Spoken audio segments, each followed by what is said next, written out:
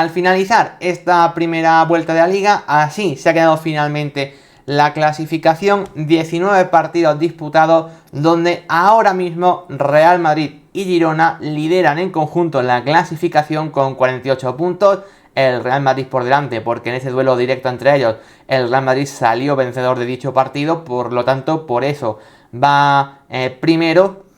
Y en este caso, pues bueno, 48 puntos ambos, bastante buen registro, tan solamente una derrota de cada uno de ellos, por lo tanto unos números más que sobresalientes para esta primera vuelta de la competición. Evidentemente el Girona siendo equipo revelación, que hay que comentar, ¿no?, del conjunto de Michel. Tercero el FC Barcelona, que ayer salvó una papeleta muy importante en ese partido frente a Las Palmas, ahora iremos con ello, a 7 puntos de diferencia.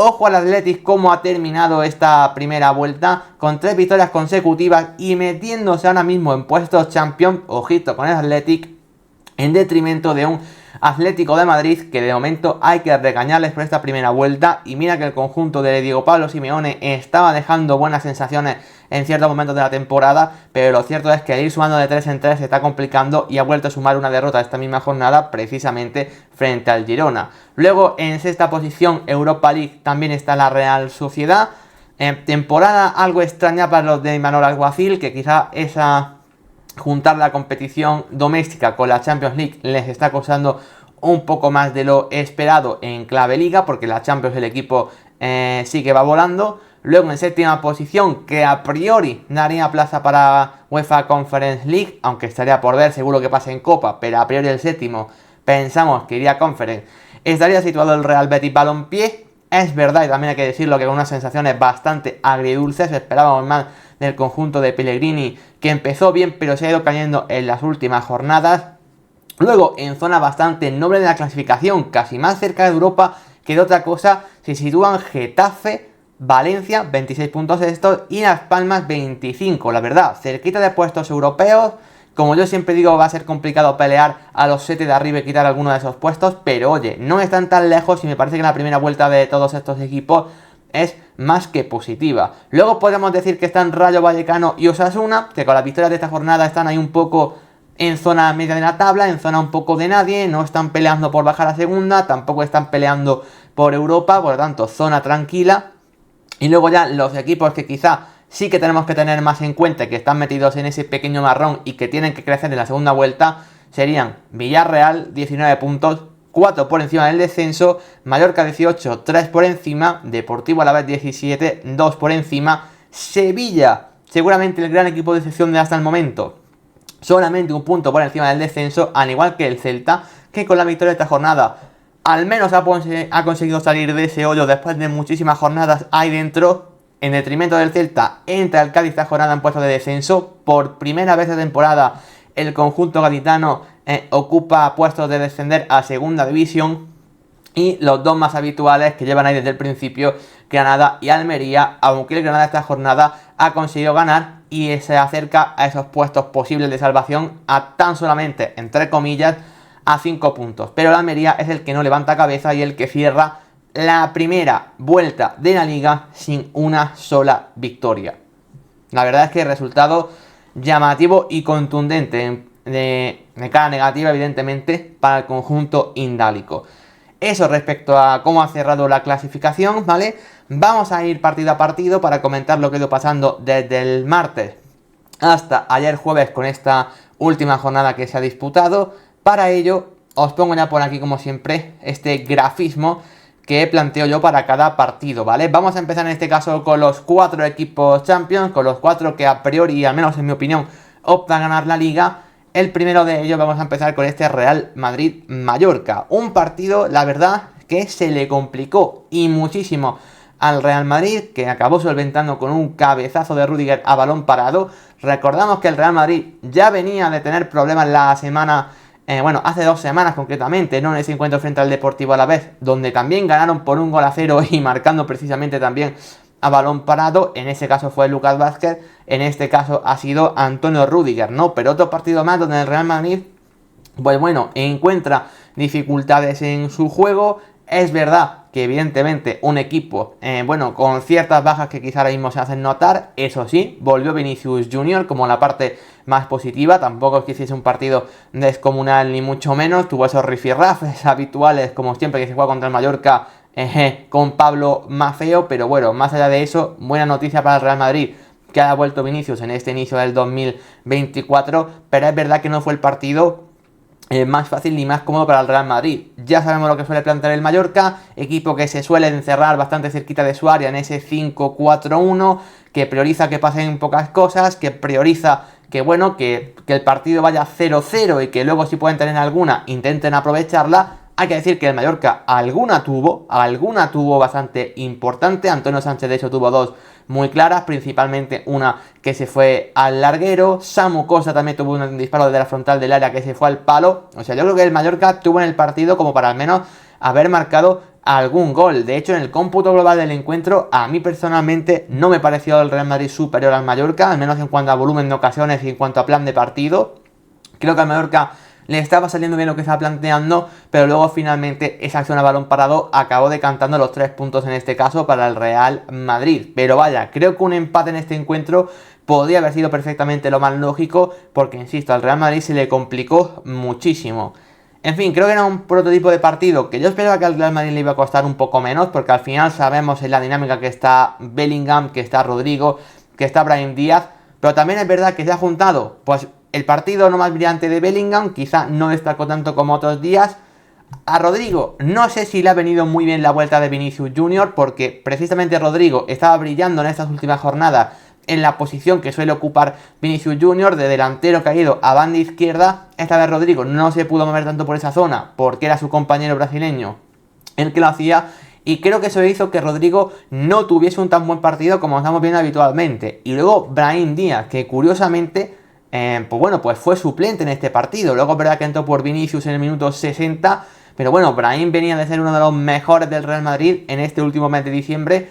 Pero bueno, sabemos que Carlo Ancelotti va siempre con los suyos. Y con la vuelta de Vinicius y con Luka Modric también de momento a un buen nivel, pues Brahim acabó quedándose en el banquillo. Así que bueno, digamos que el Real Madrid no tuvo tan inspirados a su tridente que está teniendo tan inspirado habitualmente en las últimas jornadas. Y esta vez fue Antonio Rüdiger, que ya es importante en el Real Madrid, no solo en la faceta defensiva, sino en este caso también en la ofensiva con ese gol. En fin, sabemos lo que propone el Mallorca. Al final, este planteamiento de 5-4-1 no solamente lo vemos contra el Real Madrid, lo vemos habitualmente casi contra todos los equipos, ¿no? Con un doble mediocentro, en este caso bastante defensivo, sobre todo Samu Costa. Quizá Manu Morlane sí que tenga un poco más de calidad, pero bueno, en este caso Aguirre lo de Van der Heyden en banda izquierda como carrilero, ¿no? Ante la ausencia de Jaume Costa, y la verdad es que no terminó de salir demasiado bien, tuvo que entrar Toni Lato de hecho al descanso del encuentro. Pero vaya, sabemos que como digo, el Mallorca pues prioriza lo defensivo, prioriza que en el partido pasen pocas cosas, y si ya lo suele hacer contra un equipo pues quizá de mitad de tabla o incluso de los que suele estar abajo de la clasificación, pues aún más lo va a hacer contra el Real Madrid, donde un 0-0 evidentemente valía. De hecho, hace unos días aquí en el mismo canal hicimos un tier list de cuáles eran los equipos más y menos divertidos de ver en la Liga Española, y yo ya puse al Mallorca el último. E insisto, no significa que esto sea malo ni que el Mallorca juegue mal, simplemente era mi opinión de qué equipos eran más o menos vistosos, y ya dije que para mí el Mallorca era el equipo que más aburridos planteaba los partidos, al menos esta temporada. Y creo que contra el Real Madrid, pues bueno, se ve como el planteamiento del Mallorca pues suele ser eso, que los partidos pasen pocas cosas. Que insisto, esto no es una crítica, ni significa que el Mallorca sea peor o mejor equipo por ello, simplemente creo que es una realidad en base a lo que Aguirre intenta plantear con su equipo. Es que bueno, a punto estuvo al Mallorca de salirle este plan de partido, pero finalmente no fue así gracias a Antonio Rüdiger. Como veis, ya tenemos colocadas las cruces y las estrellas del partido. Empiezo por las cruces, donde yo he señalado en este caso a Rodrigo Gómez por parte del Real Madrid, porque insisto, creo que en este caso la vuelta de Vinicius no le benefició y estuvo muy poco participativo. De hecho, creo que el propio Vinicius estuvo más participativo que Rodrigo. Y bueno, teniendo en cuenta que estaba siendo el mejor jugador del Real Madrid en los últimos mes y medio junto a Bellingham, pues es verdad que quizá había que pedirle un poquito más. En este partido no lo vimos demasiado bien. Por las otras dos cruces se le ha dado una para mí muy clara a Van der Heyden. Creo que en esa posición de lateral, o más bien de carrilero izquierdo, le costó muchísimo. Es un jugador que habitualmente juega de central. Al final, creo que por ser un perfil más físico y algo más defensivo, ahí lo puso Aguirre, pero la verdad es que la probatura no salió bien y se demostró en cuanto entró Toni Lato al descanso del partido. Y la siguiente se la ha dado a Antonio Sánchez. Quizá en esta tercera he dudado un poquito más, porque tampoco creo que Antonio Sánchez hiciese un mal partido. De hecho, es un jugador que en esa banda derecha, para lo que Aguirre quiere de su equipo, es bastante interesante, porque es un jugador que tiene capacidad para llegar al área contraria, pero que también es un jugador con mucho trabajo defensivo. Por eso juega en esa banda derecha del centro del campo. Pero en fin, al final tuvo una ocasión muy clara, no la acabó marcando. Y bueno, quizá por eso le podía restar, porque creo que también otro de los que podía haber restado en este sentido con la cruz podía haber sido Kyle Larin, pero claro, Kyle Larin estaba tan solo en la punta del ataque que me parecía que tenía un partido y un guión muy complicado para él. Y luego las estrellas del partido, los que yo he señalado, creo que había dos muy claros. El primero era Antonio Rüdiger, no solo por el trabajo defensivo ante Kyle Larin, que fue uno de los duelos del partido. De hecho, el Real Madrid en la segunda parte, viendo que el partido seguía 0-0, muchas veces lo que hizo es dejar a Tchouaméni libre y emparejar un 1 contra 1 defensivo de Rüdiger contra Kyle Larin, asumiendo ese riesgo. Y la verdad es que en este caso el central alemán siempre estuvo ganándole el duelo al atacante canadiense. Otra estrella para Luka Modric, al final es el jugador que da la asistencia del gol en ese saque de esquina, pero en general creo que fue uno de los jugadores que más inspirados estuvo con balón en el centro del campo, no tanto como Toni Kroos, que creo que esta vez sí que estuvo un poco más gris y que incluso es otro de los que he pensado que incluso podría llevarse la cruz en este partido. Y luego la tercera se la ha dado a Dani Carvajal. Con la tercera también he dudado un poco más, insisto, porque bueno, creo que Samu Costa del Mallorca estuvo bien, Rajkovic estuvo bien, Tchouaméni acompañando a Rüdiger en una posición habitual también estuvo bien, pero yo se la he dado finalmente a Dani Carvajal, que también es otro de los que estuvo bien, y en ese lateral derecho volvió a cumplir realmente con creces, así que por eso la estrella ha sido para él. En cualquier caso, otro partido que el Real Madrid salda con un 1-0, pero vaya, que le sirve para irse a mitad de temporada como el campeón de esta primera vuelta. Por lo tanto, resultado más que válido para el Real Madrid, a la espera de ir recuperando efectivos. Ahora también ha caído lesionado Lucas Vázquez, ¿vale? Que es el que estaba jugando en el lateral derecho ante la lesión de Carvajal. Se ha recuperado Carvajal y ahora se lesiona Lucas Vázquez. Evidentemente no es una lesión muy trascendental para lo que es la temporada, pero bueno, vamos a ver qué tiempo tiene de baja, porque por ejemplo para la propia Supercopa que se viene en esta semana no va a poder estar. Así que bueno, eso por parte del Real Madrid. Vamos a ir ahora al que para mí ha sido el partido top sin duda de la jornada y uno de los mejores de la liga. ¡Qué bestialidad, eh! Lo que vivimos entre Girona y Atlético de Madrid. Al final ya lo dijimos aquí, haciendo una previa el martes, que podría ser un partido muy entretenido y con muchos goles, por lo que proponían ambos equipos, porque sabemos que al Girona es un equipo que le cuesta mantener la portería a cero a pesar de jugar realmente bien. El Atlético de Madrid defensivamente no está en su mejor momento, pero ofensivamente pues tiene jugadores realmente enchufados. Y bueno, lo dijimos aquí en la previa el martes, de hecho pronosticamos un 3-2 para este partido, pues aún más bestia fue lo que ocurrió con un 4-3 y bueno, con un 3-3 que nos fuimos al descanso, que realmente fue pues eso, una barbaridad, ¿no? En un partido que parecía que el Girona iba a ganarlo con solvencia, porque en la primera parte, sobre todo hasta el minuto 30-35, el Girona fue mucho mejor. De hecho, el 3-1 a mí me parecía bastante justo en ese tramo de partido, pero justamente es cierto que el Atlético de Madrid aprovechó las que tuvo, cerró muy bien esa primera parte y bueno, y sobre todo con el gran protagonismo de Álvaro Morata. Hat-trick del delantero titular de la selección española, uno de los máximos goleadores de la liga esta temporada. Había empezado muy bien esta misma temporada, marcando muchos goles. Había tenido ese pequeño bajón en este mes, mitad de noviembre, diciembre. Y bueno, se recupera para el año 2024 de la mejor manera, que es marcando 3 goles. Y eso que tuvo alguna que otra ocasión más, que no estuvo de todo acertado. Incluso podría haber marcado 4 o 5, porque la verdad es que el Atlético de Madrid, en el cómputo global del encuentro, tuvo más ocasiones incluso que el Girona. De hecho, Paulo Gazzaniga al final acabó convirtiéndose en uno de los jugadores destacados del partido, teniendo que parar bastante. Pero bueno, en ese 4-3, en ese intercambio de golpes, en un partido donde el Girona intentaba controlar, pero en la segunda parte muchas veces perdió ese dominio del balón. Sabemos que el Girona sin el balón sufre bastante. Y en ese contexto del partido, el Atlético de Madrid se intentó hacer más fuerte. Ambos equipos buscaron ese 4-3, pero creo que al final el Girona marcó ese cuarto gol. Para empezar, porque se dan dos cosas. Creo que el Girona en ningún momento renunció a intentar apoderarse del partido. Siempre intentó buscar ese cuarto gol, siempre a través de su fútbol, siempre a través de intentar recuperar la posesión, pero evidentemente siempre fue a por ese cuarto gol.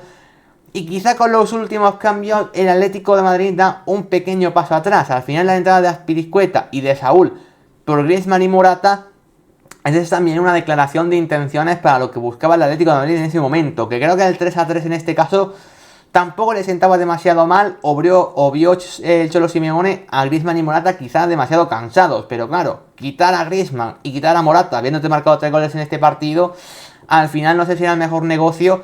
Y en ese momento fue cuando el Girona marcó ese 4-3 definitivo con ese golazo de Iván Martín que entró por toda la escuadra. Uno de los jugadores, pues, revelación de esta temporada en la Liga, sin ninguna duda.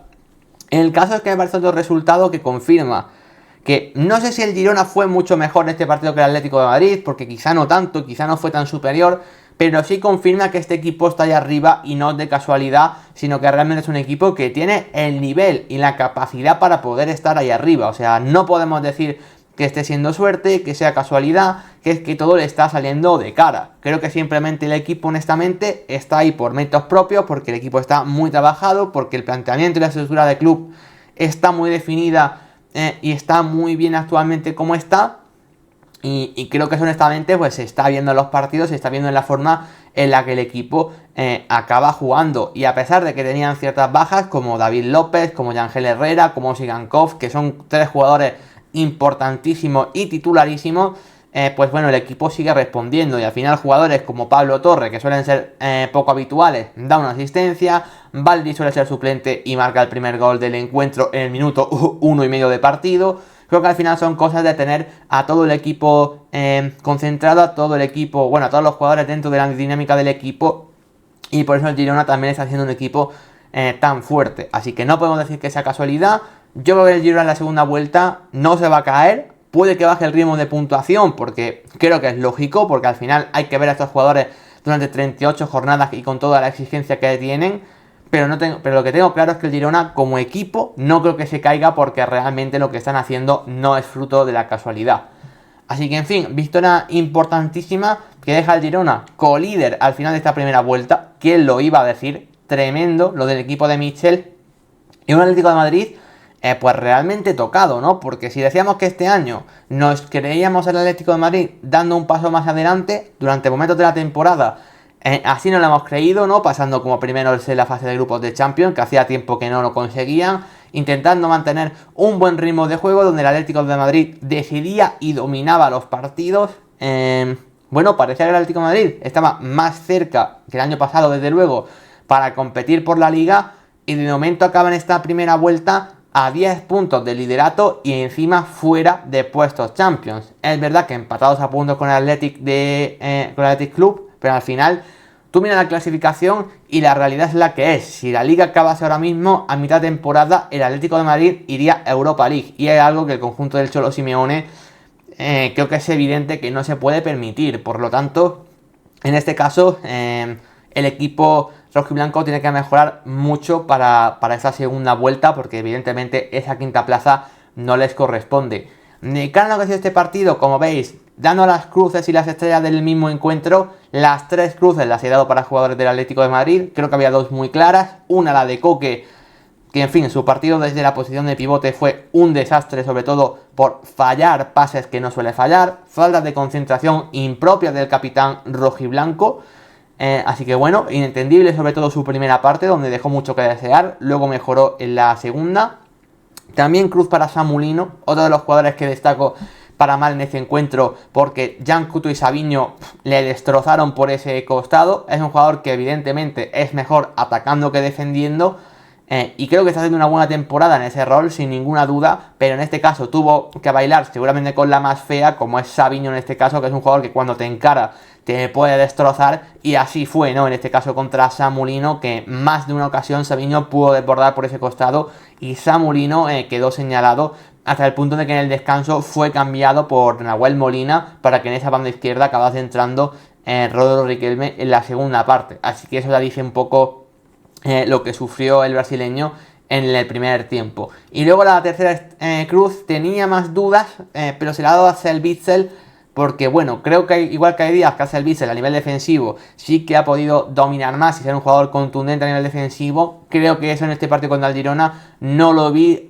tan así, por lo tanto la tercera cruz va a ser para él, aunque esta tercera con más dudas que las dos anteriores. Y por parte de las estrellas, pues bueno, es verdad que el Atlético de Madrid perdió, pero como también es una valoración individual, pues se las tengo que dar a Rodrigo de Paul y a Álvaro Morata. Álvaro Morata marcó un hat-trick, incluso pudo marcar 4 o 5 goles, pero al final con un hat-trick, pues creo que es obvio que se tiene que llevar una de las estrellas del partido. Y luego Rodrigo de Paul, es que me pareció que es un partido espectacular desde el centro del campo. No solo por las 2 asistencias que dio, sino que realmente fue el que dominó desde esa posición. No fue Coque, sino que fue Rodrigo de Paul. Asumió muchísimo liderazgo en este sentido. También muchos de los individuales, muchas veces contra Iván Martín, que se estuvo peleando casi todo el partido.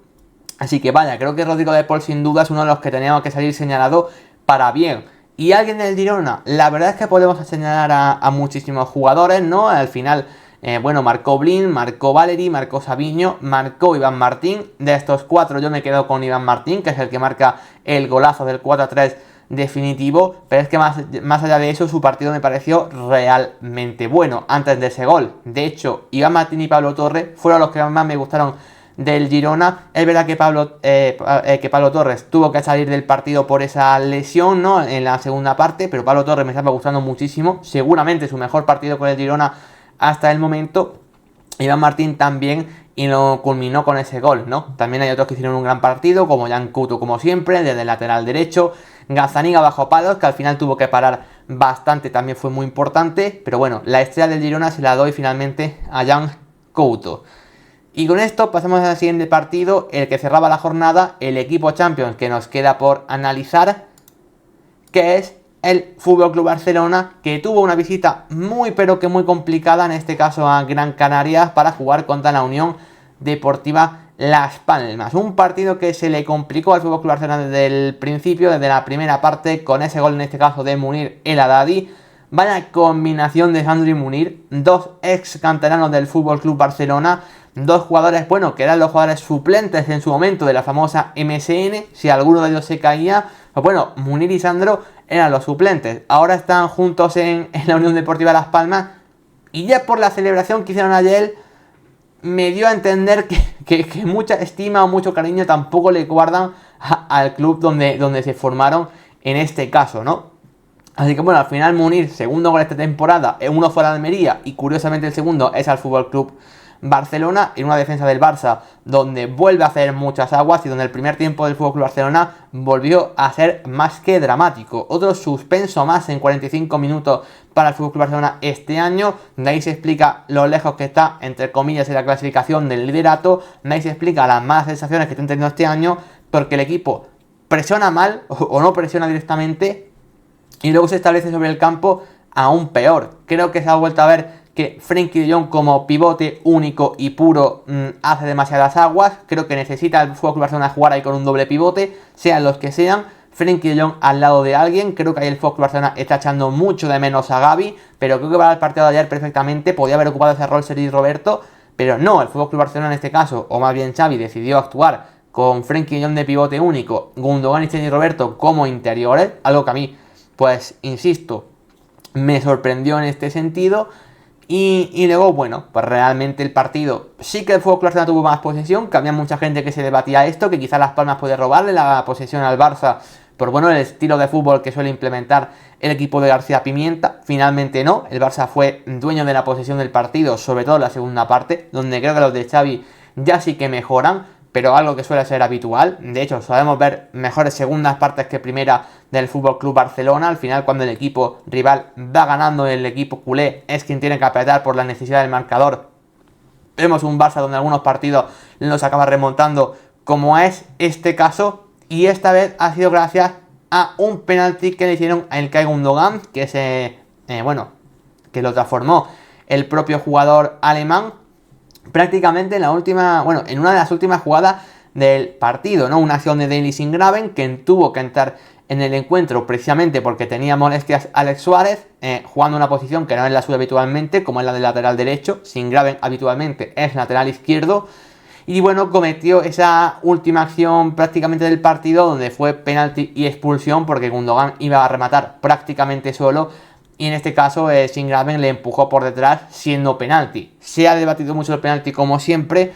A mí, honestamente, sí que me parece penalti. También siendo cierto que Gundogan exagera bastante. Y creo que la caída y cómo se tira Gundogan hace quizá que nos puedan dar un poco más de dudas. Pero honestamente sí que me parece un empujón claro en ese sentido. Y me parece penalti que, como digo, al final, por pequeños detalles, el FC Barcelona y Xavi se vuelven a salvar. Al final la distancia de 7 puntos para la segunda vuelta es recortable, pero parece complicado creerlo, básicamente por las sensaciones del equipo, que una vez más volvieron a ser bastante negativas. A eso se le suma la lesión también de Joao Cancelo, que es verdad que se ha dicho que no es demasiado grave, pero evidentemente tiene pinta que para esta Supercopa de España tampoco va a estar, así que baja muy sensible para el FC Barcelona en este sentido. Y bueno, otro lateral del partido, evidentemente, es el debut de Vitor Roque. Debutó con la camiseta del FC Barcelona, fue uno de los últimos cambios, estuvo en un poquito menos de 20 minutos sobre el terreno de juego, entrando en este caso por Ferran Torres, que en ese instante estaba jugando de 9. Y bueno, cosas positivas y cosas negativas. Lo más positivo, que es un jugador que desde que entró no paró de tirar desmarques, no paró de intentarlo. Es un jugador que tiene cierta potencia y un tren inferior bastante interesante, ¿no? Como ya reaccionamos a sus mejores jugadas hace poquito, ¿no? En el canal. Y bueno, entendíamos que este iba a ser el rol que iba a tener, ser un delantero centro mucho más potente. Y creo que eso sí que lo hizo realmente bien. Como punto negativo, evidentemente, que tuvo dos ocasiones, una de ellas muy pero que muy clara, de gol o gol, ya después del 1-2. Es verdad que fue una ocasión intrascendente, pero bueno, en los últimos 2-3 minutos de partido, cuando la Unión Deportiva de Las Palmas se volcó, pues claro, el FC Barcelona tuvo ocasiones de quedarse prácticamente solo contra el portero. Una de ellas fue de Vitor Roque y el jugador brasileño en este caso la echó fuera de manera, en fin, estrepitosa, ¿no? Podríamos decirlo. En fin, simplemente es su debut, simplemente es una ocasión que es intrascendente a nivel de resultado. Es verdad que es una acción muy llamativa la que falló el propio Vitor Roque, pero bueno, igualmente ya ha debutado con el FC Barcelona. Y teniendo en cuenta cómo está el propio Robert Lewandowski, yo creo que va a tener bastantes minutos este año. Porque como veis en la valoración de cruces y estrellas del partido, una de las cruces se la he dado a Robert Lewandowski. De hecho, la tengo muy clara, es que apenas participó en el partido una vez más, demasiado estático, algunos controles como siempre que se le van. Evidentemente ha perdido velocidad, ha perdido explosividad. Y eso al menos para el juego colectivo del FC Barcelona es muy importante. Y otro partido más donde el polaco queda señalado. Luego también señalado a Alejandro Balde, que este sí que estuvo muy participativo desde la banda izquierda.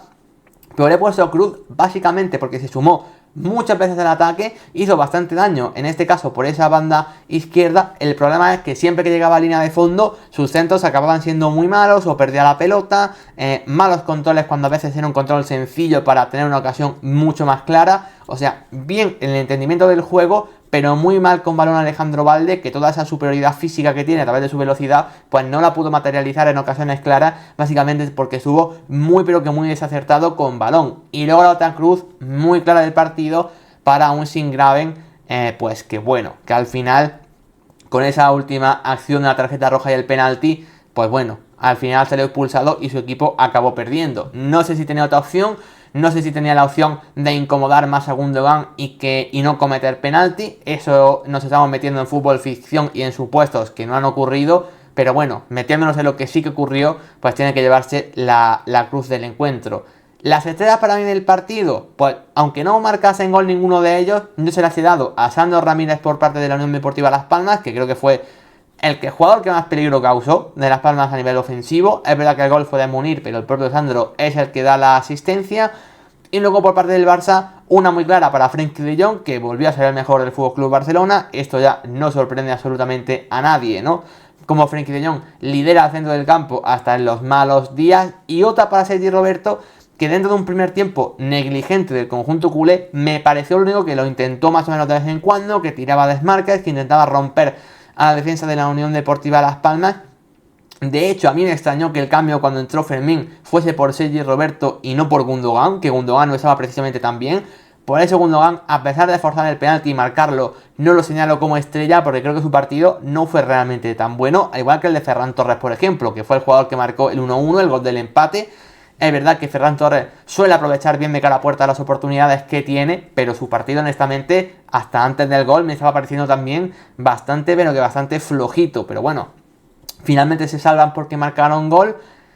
Y bueno, 3 puntos más para el FC Barcelona, que bueno, que evidentemente sigue con las malas sensaciones, sigue con una dinámica que bueno, que deja muchas dudas de cara a esta segunda vuelta, pero que es verdad al menos que mantiene entre comillas por esa pelea por el título. Son 7 puntos de diferencia, 19 partidos por delante, que es una distancia salvable.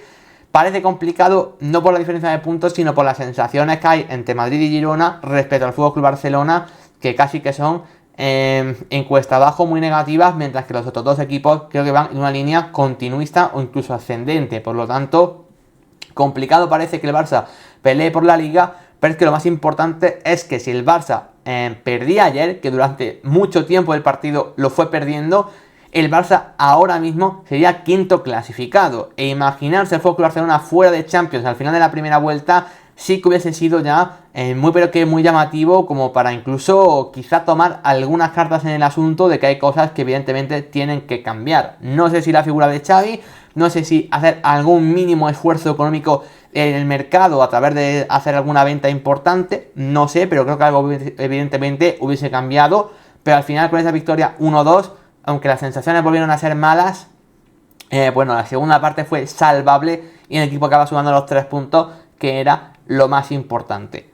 Las Palmas, por su cuenta particular, me parece que es una muy buena primera vuelta. Si llega a tener aquí los 3 puntos hubiese sido bestial. Hubiese empatado de hecho con el Betis en ese séptimo puesto, lo que me parece una auténtica locura. Pero bueno, creo que al final lo más importante en este caso es que, bueno, es que creo que el equipo está en una muy buena situación de cara a salvarse para esta temporada. Honestamente, al final es un equipo recién ascendido, que el objetivo principal es no bajar a segunda división, y te vas al final de la primera vuelta con 10 puntos de ventaja sobre el Cádiz, que es el que marca esa posición de descenso, y sobre todo décimo clasificado, ya solamente 3 puntos de Europa, lo cual me parece una barbaridad para un equipo que está siendo recién ascendido. En fin, vamos a los siguientes partidos también, como siempre, porque aquí no solo analizamos a los grandes de nuestro fútbol, sino a todos los encuentros. Y nos vamos al primero mismamente de esta jornada, en ese derbi madrileño, partido entre Getafe y Rayo Vallecano. Un partido resumidamente marcado por dos cosas. Por el doblete de Sergio Camello, sus primeros goles de esta temporada los marca en su primer partido de 2024 y encima jugando en el Metropolitano. Porque sí, este partido no se jugó en el Coliseum, se jugó en el Metropolitano. El Getafe estaba sancionado sin poder tener público en su estadio. Al final, por esos motivos, se decidió que el partido se acabase jugando en el Metropolitano, donde sí hubo público. Evidentemente el estadio estaba en gran parte vacío, pero bueno, sí que acudió gente al Metropolitano a ver el encuentro, así que mejor que nada en este sentido. Pero no fue un buen día para el Getafe en este caso porque, en fin, una actuación a través de las expulsiones mancharon el encuentro para su equipo y acabaron perdiendo. Creo que es verdad que hay cosas como, en fin, expulsiones que se pueden entender, pero también creo que hay que meterse un poco en la piel del partido y creo que honestamente a nivel arbitral el partido también dejó mucho que desear. No tanto por las 2 amarillas a la tasa, que en fin pueden ser más o menos cuestionables, pero bueno, ahí están. Pero sobre todo la de Mason Greenwood, pues me parece una tarjeta roja, en fin, que en el momento del partido en el que estábamos me parece bastante discutible. Ojo porque se pasa por aquí mi buen compañero Juanma. Hola, ¿qué tal? ¿Qué te comentas? Como decía, creo que en este caso el partido, pues cogió un ritmo que no tocaba. Creo que el partido tampoco estaba siendo tan duro como para tantas expulsiones. Luego Damián Suárez, cuando fue cambiado del banquillo, también fue expulsado. Por lo tanto, la roja que veía Damián Suárez no es que el Getafe se quedase con 8, ¿vale? El Getafe se quedó con 9 y esa expulsión ya fue estando en el banquillo. Pero bueno, también Jaime Mata amarilla, por cierto, que es acarrea suspensión y no podrá jugar el siguiente partido. Por lo tanto, el Getafe va a llegar a la siguiente jornada sin Damián Suárez, Mason Greenwood, Juan Latasa y Jaime Mata. Y Mason Greenwood además siendo el mejor jugador o el más diferencial del Getafe ahora mismo en el equipo. Así que en fin, baja sensible para un Getafe que más allá del resultado, porque la posición en la liga, en la clasificación es muy cómoda. Bueno, al final me parece que Jaime, de Jaime Mata, iba a decir Jaime Mata, ahora contesto a eso. Me parece que la derrota no es tan mala de cara a este partido, sino más bien lo que acarrea de cara al siguiente por cómo se complicó tanto el asunto. Y por parte del Rayo Vallecano, pues bueno, acaba sometiendo el partido, sobre todo sirve para meter en dinámica a un Sergio Camello que brilló con luz propia con ese doblete. Primeros goles del atacante en esta temporada, a ver si a partir de ahí los atacantes del Rayo se van enchufando un poco más, porque al Rayo lo que más le está faltando este año es básicamente que sus atacantes metan goles, y ver si este doblete sirve para, en fin, para venirse un poco más arriba, por decirlo de alguna manera. Nos decía por aquí Juanma, ¿cómo estás? Pues bastante bien, de directito de viernes como siempre, analizando lo que está aquí en esta jornada de liga, y ahora después haremos el once ideal de la primera vuelta y en fin, y más cositas. Y nos dice, qué raro ver a Jaime Mata en banda. Jaime Mata por lo general solía jugar en doble punta, pero es verdad que ahora el Getafe, de los 4 atacantes, es un equipo muy ofensivo el que plantea Bordalás ahora mismo. Claro, como Latasa es un delantero que gana muchos balones aéreos y por eso Bordalás le gusta mucho, y Borja Mayoral está a un nivel terrible, terrible para bien en este caso. Pero claro, la doble punta está bastante clara. Encima se ha recuperado Enes Unal, que no lo he comentado, pero vuelve Enes Unal a los terrenos de juego. La única noticia positiva del Getafe en este partido, pero por fin vuelve Enes Unal. Qué ganas teníamos ya de ver al turco. Vamos a ver evidentemente cómo es su proceso de recuperación, porque tendrá que tardar un tiempo en coger ritmo. Pero a ver si a partir ya de febrero o marzo vemos al buen Enes Unal, que evidentemente es lo que queremos en la liga. Pero vaya, entonces, con un Getafe donde Borja Mayoral es ahora mismo de sus mejores jugadores porque está enchufadísimo de cara a puerta, y donde siempre necesitas un delantero que baje muchos balones y que sea muy bueno de cabeza, que de la función de Latasa o Enes Unal cuando llegue, siendo incluso un mejor futbolista. Pues claro, Jaime Mata, que es uno de los jugadores en los que más confía Bordalás, pues al final lo acaba metiendo en banda izquierda, básicamente porque a pesar de ser delantero centro, es un jugador que en los balones el largo siempre pelea realmente bien. O sea, muchas veces el Getafe, cuando tiene problemas a la hora de sacar la pelota, pues siempre balones largos, no solo a Latasa, sino también a Jaime Mata. Normalmente Jaime Mata, como es delantero centro y es muy alto, suele ganar ese duelo aéreo contra los laterales rivales, y por eso, para que juegue en banda, en ese sentido para los balones en largo, le viene al Getafe realmente bien. Y luego que a nivel defensivo, aunque sea delantero centro, es un jugador que trabaja una auténtica barbaridad. Y luego decías, ¿facto o no facto? Bueno, vas a ver los de Borja Mayoral, que en fin, Borja Mayoral es un poco de personaje, sí. Decía, es el equipo más rústico de la liga. ¿Rústico en qué sentido? O sea, creo que rústico a nivel de equipo que intenta muchas veces ganar el partido a través de duelos individuales y a partir de la intensidad, sí. Pero en cuanto al equipo más defensivo, no. O sea, creo que el equipo, el Getafe, por ejemplo, que jugaba, que llegó a Europa League, ¿no? Quedando quinto en Liga hace ya 3 o 4 temporadas con el propio Bordalás, era un equipo mucho más defensivo que este, un equipo que buscaba que los partidos pasaran menos cosas.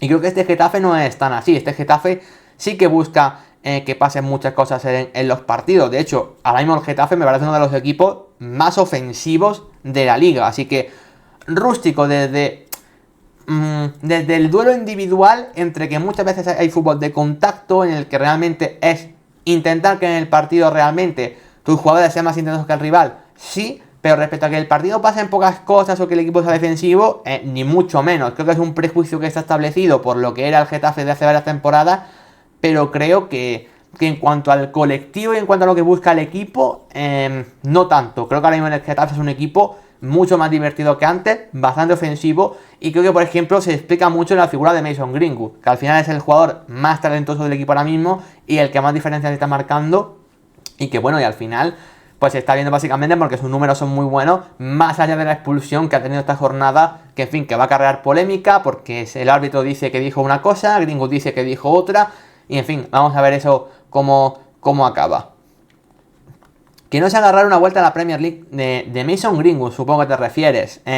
Mason Greenwood al Getafe le queda acabar esta temporada, pero evidentemente a partir de ahí se lo van a rifar muchos equipos. De hecho, se decía que el Atlético de Madrid o Barça ya habían preguntado por él, pero es que la Premier, evidentemente, por ser inglés y porque allí se le conoce todavía más, evidentemente también. Al final Mason Greenwood se le ha frenado su carrera por los motivos extradeportivos que conocemos, pero del talento de Mason Greenwood, por lo general, nunca se ha dudado, y ahora el Getafe evidentemente es un jugador absolutamente diferencial. Podíamos tener dudas a nivel físico porque llevaba 2 años sin jugar, al principio le costó un poco, pero cuando ha encontrado el nivel físico de confianza, básicamente Mason Greenwood es uno de los mejores extremos de la liga y así lo está demostrando este año. Así que en fin, ya para cerrar este partido, la estrella evidentemente es para Sergio Camello, ni que tenemos que decir, con ese doblete, y que le da la victoria al Rayo Vallecano para seguir bastante tranquilo en esa zona media de la tabla.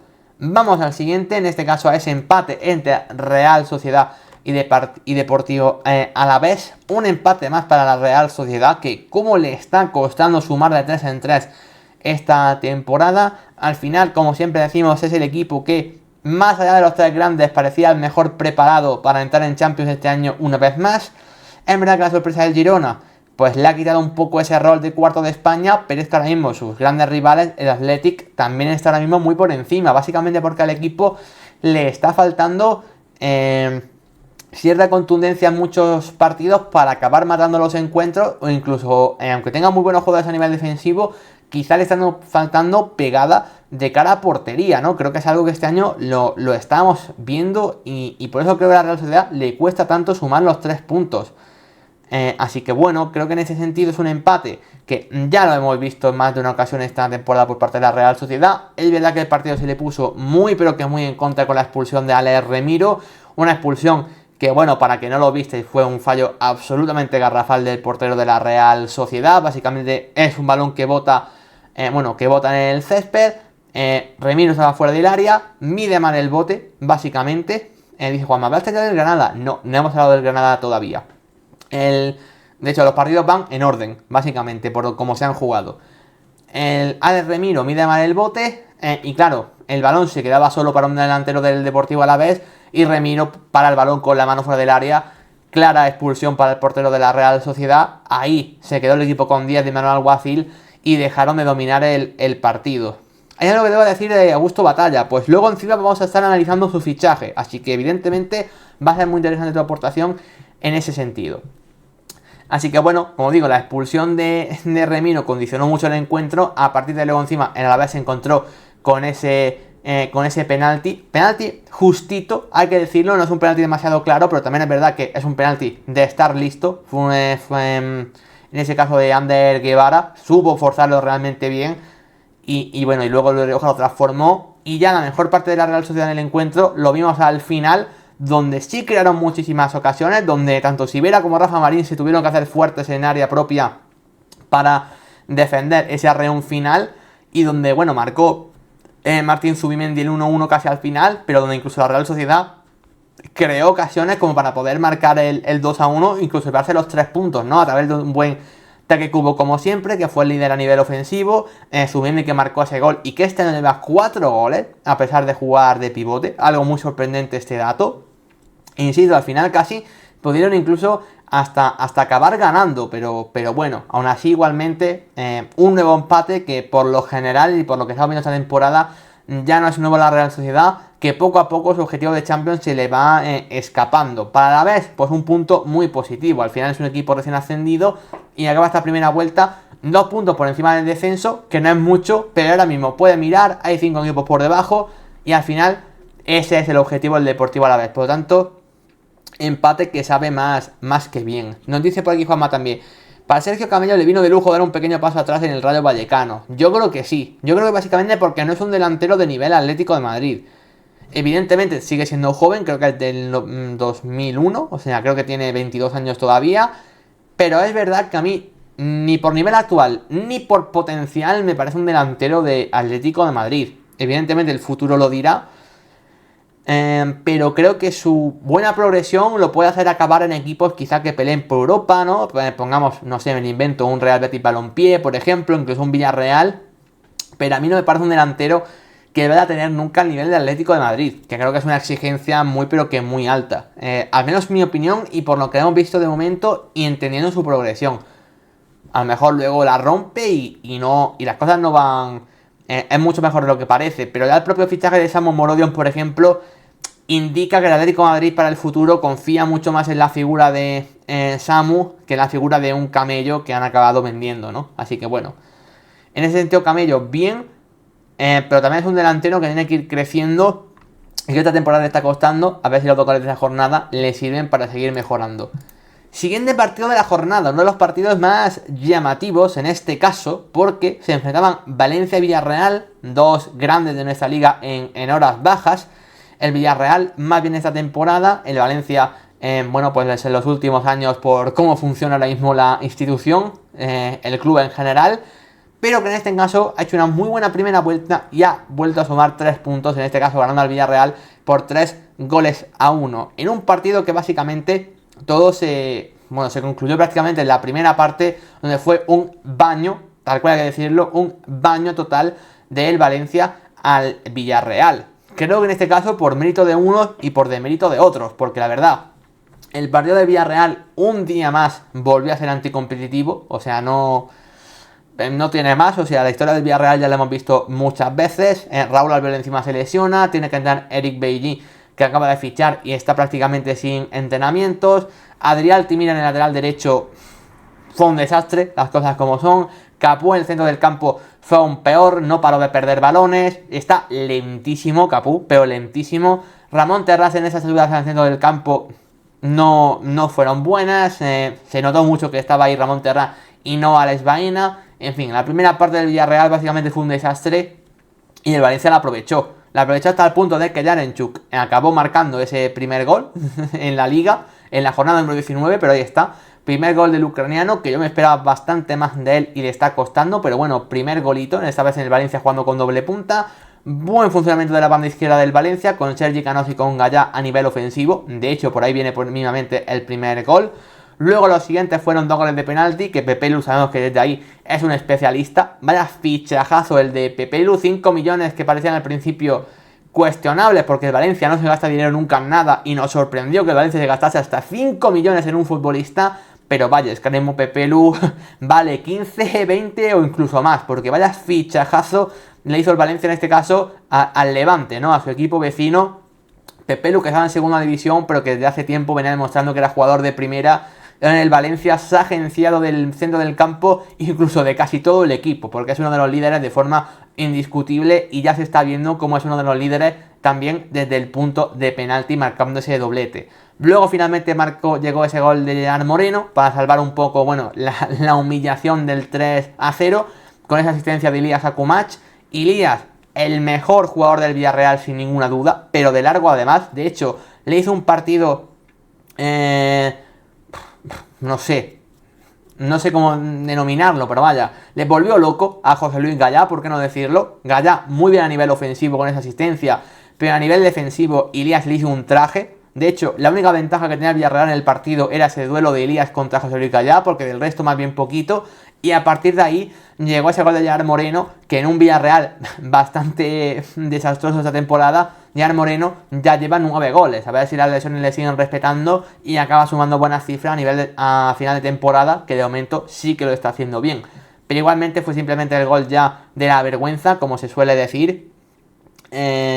Así que bueno, digamos que al final el Villarreal, pues bueno, a ver si mejora esta segunda vuelta, porque le está costando mucho. Y el Valencia, pues qué le iba a decir, ¿no? Creo que todo el valencianismo firmaba hacer una primera vuelta como la que han acabado haciendo, porque honestamente el equipo está muy pero que muy cómodo. Y bueno, al final a 2 puntos tan solamente de ese séptimo puesto, que a priori daría plaza europea. O sea que vamos, complicado, pero tremenda temporada del Valencia hasta el momento.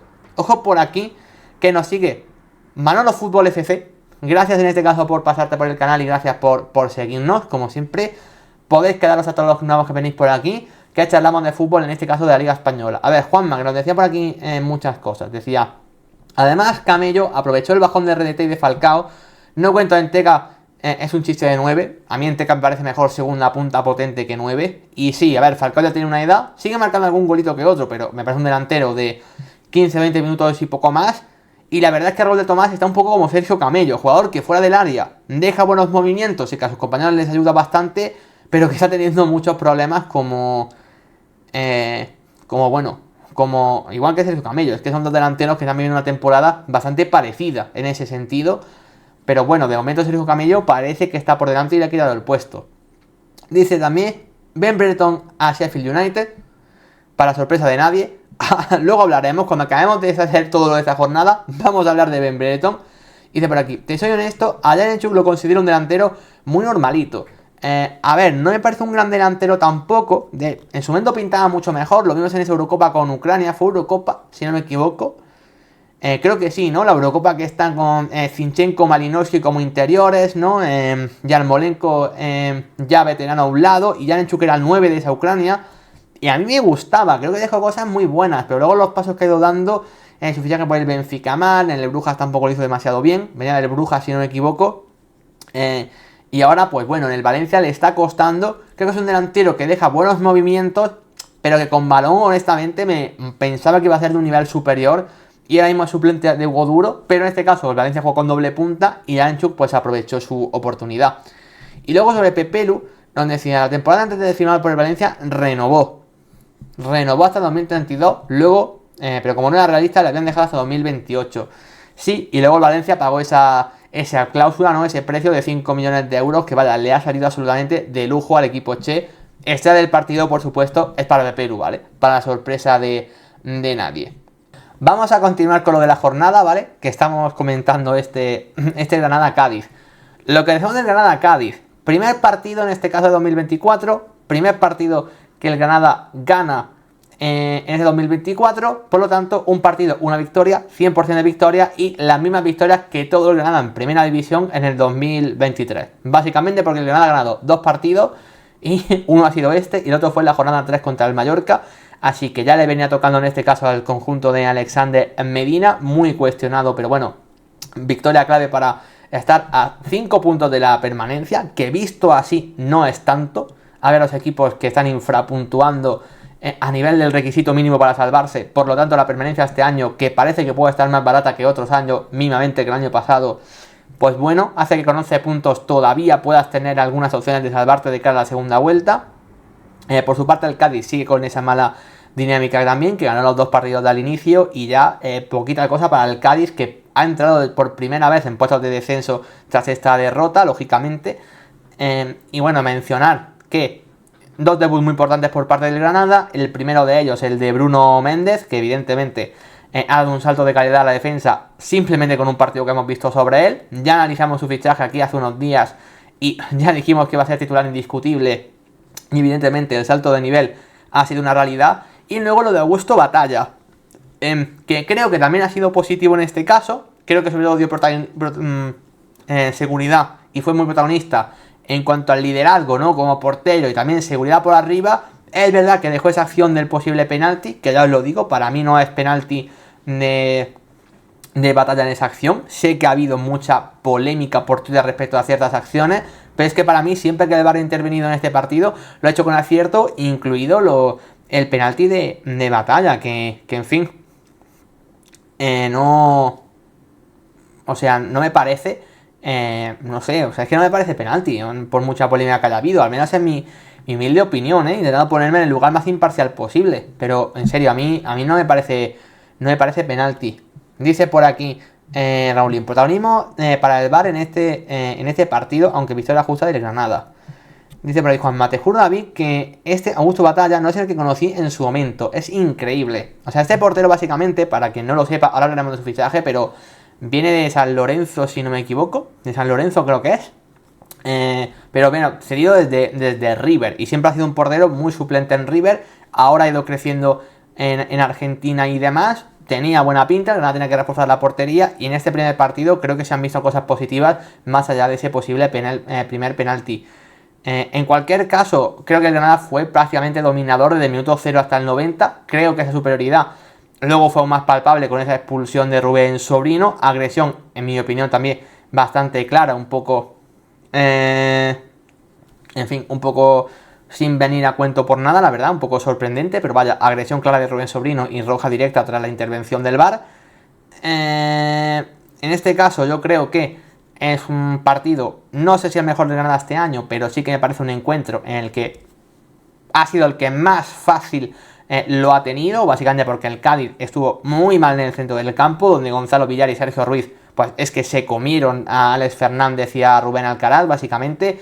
Brian Zaragoza en una primera parte mucho más como asistente jugó como quiso. En la segunda parte ya con un jugador más, Brian Zaragoza se puso a hacer su magia de regates como siempre, y de ahí ese 9-1, marcó además el 0-2 definitivo, y por eso para el propio Brian Zaragoza es la estrella del partido. Llevamos ya bastantes encuentros sin ver a Brian Zaragoza a su mejor nivel, lo volvimos a ver en este encuentro, y bueno, sexto gol también de Uzuni en la liga, que no está nada mal, y sobre todo primer partido donde vemos un centro del campo del Granada bien estructurado, siendo superior. Mencionar especialmente lo de Sergio Ruiz, que a mí era un jugador que me estaba dejando muchísimas dudas, y de repente lo vimos siendo muy pero que muy útil, y haciendo una función más de jugador defensivo y ganando muchísimos duelos, que hasta el momento no lo habíamos visto. Así que honestamente noticias muy positivas para el Granada, que encima le van llegando más fichajes y a ver cómo van encajando todos estos. Pero bueno, motivos entiendo que para poder empezar a creer una posible salvación, que no va a ser fácil, pero bueno, 5 puntos de diferencia, teniendo en cuenta los equipos que hay por ahí, me parece algo digno de, en fin, de tener oportunidades para poder conseguirlo. Y el Cádiz, que a ver cómo va cambiando su dinámica, porque ya son demasiados partidos sin conocer la victoria. Al final, tras un inicio de temporada muy positivo, acaba la primera vuelta en descenso, cuando parecía que se había hecho un gran trabajo en el mercado de fichajes este pasado verano. De hecho, así lo analizamos así en este canal, y así lo creía, de hecho lo sigo creyendo, pero quizá al equipo le falta un poquito más.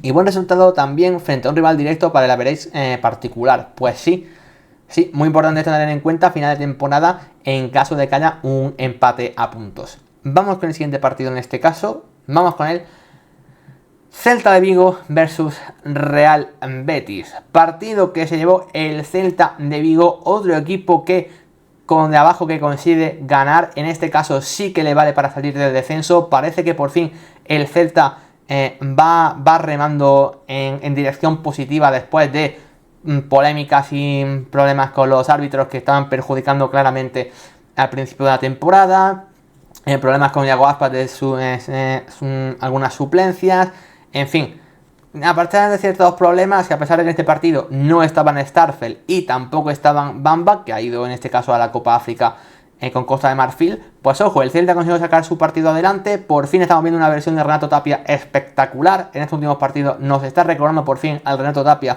de hace 12 temporadas, donde fue uno de los mejores pivotes de la liga sin ninguna duda, cuando recién llegaba del Feyenoord. Ahí se hizo, vamos, seguramente uno de los capitanes generales del Celta de Vigo. Llevábamos mucho tiempo sin ver ese nivel de Renato Tapia, y por fin lo estamos volviendo a ver, ¿no? En un partido en el que más allá del penalti en este caso que marcó Iago Aspas, y que el gol que marcó Aitor Ruibal en una grandísima pared, y otro gran gol de Aitor Ruibal jugando como lateral derecho, que de momento está cumpliendo bastante bien, el gran protagonista seguramente por inesperado del partido fue William Swedberg, el centrocampista o jugador de banda, en este caso jovencísimo del Celta de Vigo, que la estamos viendo con poca participación.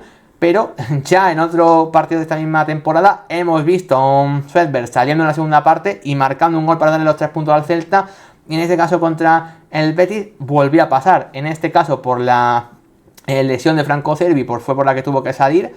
Y bueno, y al final del partido volviendo a ser un jugador definitivo para ello. También la mención evidentemente de Hugo Álvarez, jugando en primera división y dando esa asistencia precisamente al propio Swedberg. Así que bueno, se juntaron dos de los menos habituales, o bueno, de los menos no, de los no habituales directamente, y bueno, para marcar ese 2-1 y sumar una victoria que honestamente para el Celta es importantísima, y que creo que al Betis lo sigue dejando también muy tocado, porque al final el Betis es uno de esos equipos que tiene que estar por ahí para en Europa League. Creo que al final de esta temporada se le está escapando claramente esa opción de Europa League. Yo veo los 6 equipos que hay por delante suya y lo veo bastante mejor. Es verdad que la Real Sociedad está teniendo muchos problemas, pero a pesar de esto veo que el Betis honestamente ahora mismo está por debajo en cuanto a nivel, porque hay muchos problemas con los delanteros centros. Borja Iglesias tuvo la oportunidad de ser titular y volvió a desaprovecharla.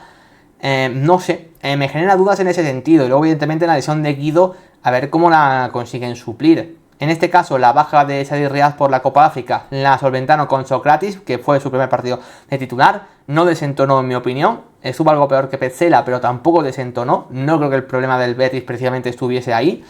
Pero vaya, no sé, creo que el Betis algo tiene que cambiar, porque creo que los jugadores los tiene. Vamos a ver Fekir qué tal. Socrates, ¿dónde estaba? Socrates estaba sin equipo, básicamente. Por eso pudo llegar libre, ¿vale? Antes del inicio del mercado. Por aquí nos dice Manolo, ¿crees que Manuel Pellegrini sigue en la temporada siguiente?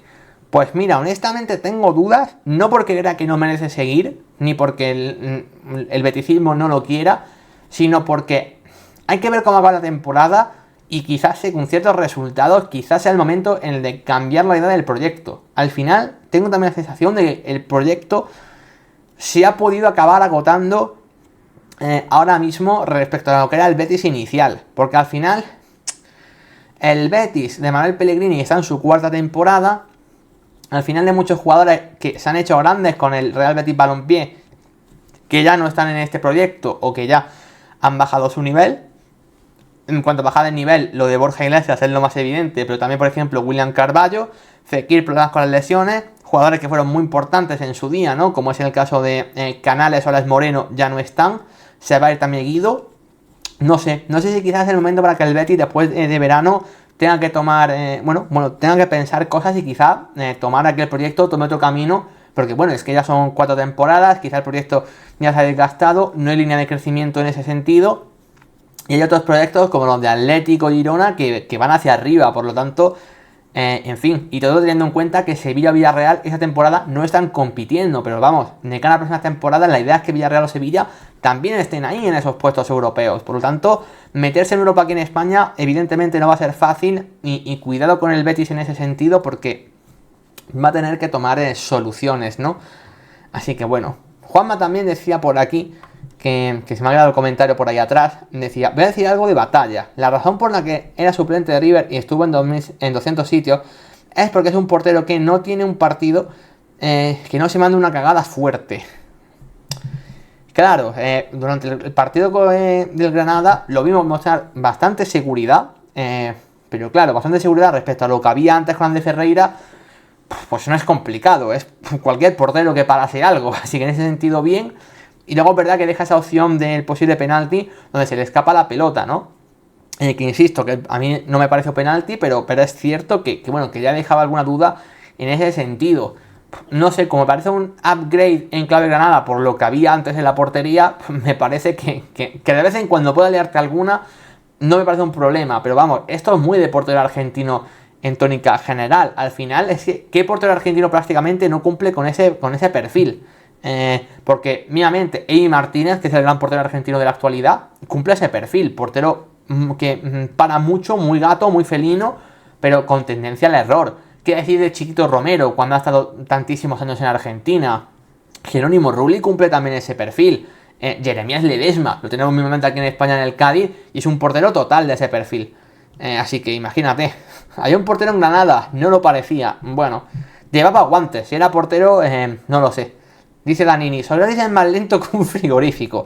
A ver, entre que lleva tanto tiempo sin competir y entre que ya tiene una edad y que ya era lento de por sí antes, hombre, no parece el ritmo más competitivo para el élite actualmente. Y más que lentitud, porque a veces la lentitud, bueno, es una cosa, pero es verdad que Sócrates tiene un problema, que tienen varios centrales para estar en la élite máxima, que es que tiene una cadera difícil de girar. No sé si me entendéis, es como si me plantase yo en el campo también, que lo que es el girar cuesta, pues es un poco ese concepto. Así que creo que la defensa del punto de penalti puede estar muy bien y al Betis les va a solventar ese apaño, pero también es verdad que la baja de Chadi Riad creo que se puede notar porque Chadi Riad además estaba haciéndolo muy bien. Es como si pones a una defensa a Boateng y Phil Jones, básicamente. De hecho, Phil Jones es un gran ejemplo de esto y el problema que siempre ha tenido Phil Jones. Phil Jones ha sido un problema de que tenía cierto potencial porque era un defensa fuerte en el 1 para 1, bueno en el juego aéreo en sus inicios y ha estado 500 años en el Manchester United pero sin jugar, básicamente porque en partidos competentes de la máxima elite es un jugador que le cuesta girar una barbaridad, básicamente. Así que, en fin, Sócrates en ese sentido vamos a ver cómo rinde, pero es una baja difícil para la del Betis, la de Xavi Rial. ¿Y quién crees que pudiera tomar las riendas del Betis? Buena pregunta. ¿Qué entrenador podemos ver para el Betis?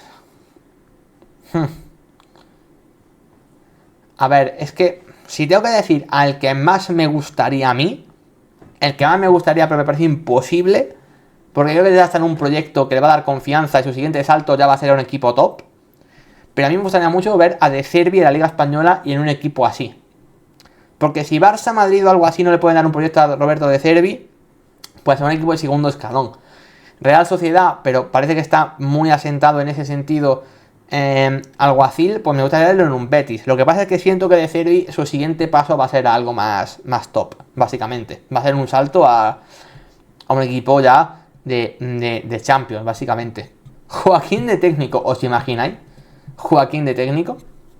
Que a lo mejor sí, quién sabe, pero parece que los cambios de Joaquín, vamos, creo yo, no lo sé, pero parece que van por otra cosa. Ya veremos. En fin, siguiente partido, ¿vale? Que nos quedan solamente 2. Vamos en este caso con el Osasuna Almería. La verdad, hay que decirlo, no me pareció el partido más interesante de esta jornada. Las cosas como son. Ese gol de Ante Budimir bastante prontito puso esa ventaja para Osasuna y prácticamente el partido, no diría que se definió ahí, pero tampoco pasaron demasiadas más cosas. Como noticia que comentar, evidentemente, el noveno gol de Ante Budimir en Liga, un delantero, el croata, que está jugando mucho con esta temporada por encima de las cifras que podemos esperar, ¿no? Y bueno, y también por supuesto la vuelta de Marc Pubil, ¿no? Por parte de Almería. Cuando decimos aquí la previa, no teníamos seguro que iba a jugar o no. De hecho, pensaba yo que no. Ya dijo Raulín que había entrado en la convocatoria, que tenía opciones de jugar, y finalmente así fue titular. Es verdad que no aguantó todo el partido, en el minuto 60 tuvo que entrar Chumi en su lugar, pero bueno, buena noticia al menos la vuelta de Pubil. Jugadores a destacar, dentro de que es un partido no demasiado brillante: Dios Lopi por parte de Almería, Rubén Peña por parte de Osasuna. Rubén Peña como lateral izquierdo en una posición que no es la suya. A mí, honestamente, me parece que lo hizo muy pero que muy bien, al menos en mi humilde opinión. Y luego Dios Lopi también puede haberse llevado perfectamente la sala del partido, porque no paró de recuperar balones como pivote, honestamente. Seguramente de las pocas noticias positivas de Almería esta temporada, ¿no? Junto a Sergio Arribas y demás. Pero vaya, en mi opinión, Dios Lopi lo hizo muy pero que muy bien. Más allá de eso, insisto, la sensación fue que con el gol de Ante Budimir el partido entró en una dinámica de pasar pocas cosas y el partido se quedó hasta ahí. Dice Raulín, aficionado, de hecho, almeriense. Osasuna nos ganó al 20-30%. Sí, esa era un poco la sensación, que tampoco Osasuna tuvo que dar su mejor nivel para acabar ganando. Para mí hay falta de catena sobre Ramazani, pero sin tirar a la puerta no puedes quejarte en el gol, ¿no? En la recuperación del gol. Creo que es una falta pitable, honestamente. O sea, creo que la falta la puedes pitar y si te la pitas en una en el gol, por la falta te la tienes que comer. Ahora bien, no me parece una falta tan clara como para que si no la pitas al principio el VAR tenga que intervenir. Mi humilde opinión, al menos. Lopi lo único que hizo algo contra Osasuna, ¿vale? Dice Juanma, ¿cómo sigue Garitano en ese equipo? Porque es inclero de este hombre. Es que se nota la ausencia de Luis Suárez. De Luis Suárez bueno. A ver, Luis Suárez vuelve pronto, si no me equivoco. De hecho, en este enero ya debería tener minutos. Y Garitano... A ver, aquí le damos con Garitano es que me parece que le dio un poco más de solidez al equipo desde que entró él, que de hecho era lo que se esperaba, porque al final Garitano es un entrenador que es más defensivo que lo que había antes. A mí mi principal duda es que me parece que es un equipo que no está planteado para ser ofensivo. O sea, tú tienes centrales como César Montes y Edgar que tienen buen nivel con balón. Tienes a Sergio aquí en el lateral izquierdo, un jugador que se puede proyectar mucho en ataque. Robertone como los líderes del centro del campo. Luego arriba tienes a Sergio Arribas, Embarba, Baptistao, Ramazani, Lázaro, Luis Suárez. O sea, por lo general tienes un equipo para jugar mucho más alegre, para jugar un fútbol más bien ofensivo que defensivo. Y Garitano no es eso. Creo que Garitano ha sido la solución a lo que dijimos en su momento, a un problema de que el equipo atrás era una verbena y tener un entrenador que intentase corregir un poquito esto. Pero vaya, por lo general... la sensación es que bueno, que el equipo sí que ha intentado mejorar algo, pero sigue siendo un equipo ineficaz en muchas partes. Nos dice por aquí Raulín, y Pubil, qué alegría me da su regreso. Vaya cambio a la hora de defender con respecto a Bozo, Jabulán, Méndez. Es que no hay color. Y un Pubil al 100%, o sea, sin estar al 100%, ya fue mejor que estos que comentas, así que sí. ¿Cómo calificar el día de Luis Suárez a pesar de marcar 3 goles, irte en camilla? Pues sí, ya lo comentamos y fue terrible. Por aquí decía Pozo no defiende directamente, ¿no? De hecho en este partido entró para jugar por delante, en banda derecha. Y nos dice Manolo, deberían darle más importancia a Lázaro Vinicius. Es un jugador con ciertos detalles de calidad, es un jugador interesante. El problema es que es un jugador bastante discontinuo, o sea, con capacidad de hacer muchas cosas, pero con muchos problemas para sumar cifras de verdad. Honestamente, o sea, es un jugador que cuando recibe la pelota deja sus detalles, pero para mí el gran problema que tiene es que es un jugador tremendamente inconsistente. O sea, no sé, es como... Tiene mucha calidad, creo que tiene calidad, pero se aprovecha demasiado todas sus cualidades porque es un jugador muy ineficaz cuando tiene la pelota. Un jugador que acaba de dejarte un regate muy bueno, pero de tomar muy mal la siguiente decisión. Y eso para la élite, para la máxima élite en este caso, te condiciona mucho. Porque casi la característica que tienes que tener, juegues en la posición que juegues, es tomar casi siempre la mejor decisión. Y eso a Lázaro Vinicius le cuesta una barbaridad. También es muy joven y a lo mejor progresa en este sentido, pero de momento le está costando. Así que en fin, con esta victoria y con la estrella que yo se la he dado a Rubén Peña, pues en fin, zona tranquila media para Osasuna, que lo necesitaba. Y Almería, pues qué vamos a decir que le hemos dicho, nada, pues sigue su curso, segundo peor primera vuelta de un equipo de primera división. Así que, en fin, no ha superado a lo del Elche, o sea, ha superado a lo del Elche el año pasado, y eso ya es mucho decir. Son 11 puntos respecto al descenso, por lo tanto... A ver, no es imposible la situación, ni mucho menos, pero evidentemente es complicado. Al final te ves obligado a tener que sumar 30 y pico puntos en esa segunda vuelta de la liga, que teniendo en cuenta que has sumado 5 en esta primera, es complicado. Vamos a ver qué fichajes llegan. Tiene que haber evidentemente salidas, ¿no? Como la de Puigmal, que está a punto de hacerse. Nos dice por aquí Raulín que Lázaro suena a su regreso a Brasil, así que mira. Así que en fin, no sé. Raulín, que vamos, más sentimiento... que él, pues nadie lo va a tener en este canal. Y dice, es imposible ver a los jugadores y sus actitudes están muertos. En fin, situación complicada, evidentemente. Y por último, al último partido de la jornada, nos vamos con este Sevilla 0, Athletic Club 2. Qué decir, ¿no? Las dinámicas de ambos equipos se han mantenido en este partido, que manda, que finaliza, o sea, este partido fue el claro ejemplo de lo que son esos dos equipos en la primera vuelta, ¿no? A un Sevilla que volvieron a salir muy mal las cosas, con esa lesión de Nemanja Gudel, un equipo que ofensivamente te da muy pero que muy poquito. Rafa Mir al final es tu apuesta de la delantera, un jugador que está para irse prácticamente ya. No sé, es un equipo muy pobre el Sevilla y lo volvió a demostrar. Rakitic, que para mí está siendo el mejor jugador de la temporada, fue suplente. Entiendo que porque algo quisiesen tocar, pero en fin, no me parece que sea la solución. Y el Athletic, pues muy cómodo, honestamente, a pesar de no estar con Iñaki Williams, que seguramente está siendo su mejor o de sus 2-3 mejores jugadores en esta primera vuelta. Alex Berenguer lo sustituyó con muchísima nota. Se fueron intercambiando las bandas entre él y Nico Williams y esto le funcionó casi siempre muy bien. Pedro está sufriendo muchísimo a nivel defensivo. Juan Luis Sánchez también alguna que otra vez dejando alguna que otra duda, ¿no? Como es habitual. Y un equipo bastante seguro a nivel defensivo como siempre, ¿no? Vivian y Paredes estuvieron bastante correctos. Unai Simón tuvo que intervenir alguna que otra vez. De hecho dejó una doble parada de mérito, si no me equivoco, bastante buena. Más allá de eso, poco más. Yuri Bertiche en el lateral izquierdo realmente bien. Íñigo Ruiz de Galarreta y Mikel Vesga, que volvieron a ser titulares en el centro del campo después de varias jornadas sin serlo como pareja, volvieron a demostrar un grandísimo nivel.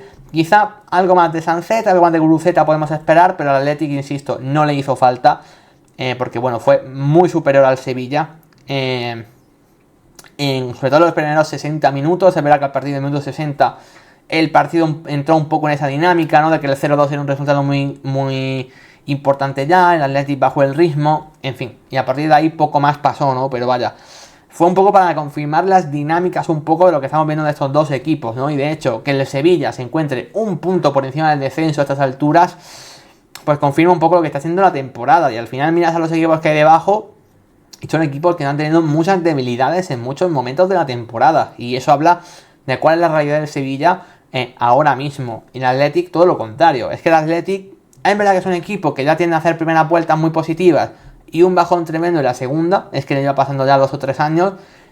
Es verdad que tengo la sensación de que este Athletic tiene menos opciones de caerse que el de años anteriores. Creo que tiene más argumentos competitivos, creo que tiene jugadores en general en mejor forma. No sé, creo que Valverde ha contado ya con su esquema, o más bien con su 11 titular, entre comillas, fijo, que le sirve casi siempre.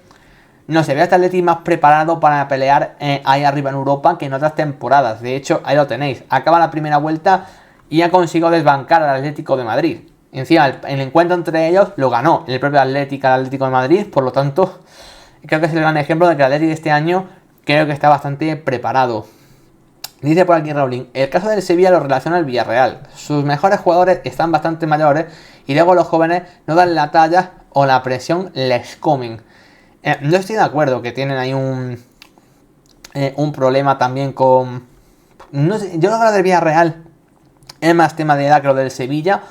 Yo creo que el Sevilla, más que tema de edad, es tema de proyecto finalizado. De hecho, me preguntaba antes por aquí Manolo lo de Pellegrini, y la sensación que tenía yo es que el proyecto se estaba acabando. Pues con este Sevilla la sensación es que el proyecto acabó hace 2 años, ya con Lopetegui. De hecho, Lopetegui lo echan al principio del año pasado y ya la sensación al inicio de temporada, o sea, ya el final del anterior, a pesar de que el Sevilla quedó cuarto, la sensación es que el proyecto había finalizado, que el Sevilla había tocado el tope competitivo y había que cambiar cosas. Y esas cosas apenas han cambiado, seguimos viendo muchas cosas similares. Y bueno, no vendiste a En-Nesyri cuando tenías que haberlo vendido. Ocampos tampoco, y al final ha ido bajando su rendimiento. No sé, sensaciones de que jugadores como Joan Jordán, Oliver Torres, no sé, Suso, Lamela, no están para aportar demasiado más. No sé, creo que ahí hay que cambiar cosas, honestamente, de ese Sevilla como proyecto, y que el tema ya va más no va tanto de entrenador, no va tanto... En fin, es más un proyecto en general que creo que el Sevilla tiene que cambiar para, a partir de ahí, empezar desde el principio y empezar a construir. El problema, tienes que construir sin mucho dinero, a pesar de ser el Sevilla, y eso lo va a hacer complicado. Pero bueno, a ver si ahora en este caso José María del Nido hijo, ¿no? Con ese cambio de presidencia, a ver cómo puede llevar las riendas del club. Pero vaya, primera vuelta nefasta en este caso del conjunto hispalense. Así que en fin, con eso básicamente cerramos lo que ha sido la jornada de liga. Nos vamos a esta mitad de temporada con Real Madrid y Girona colíderes de la liga, Almería colista, sin ningún partido ganado, le acompañan Granada y Cádiz en puestos de descenso.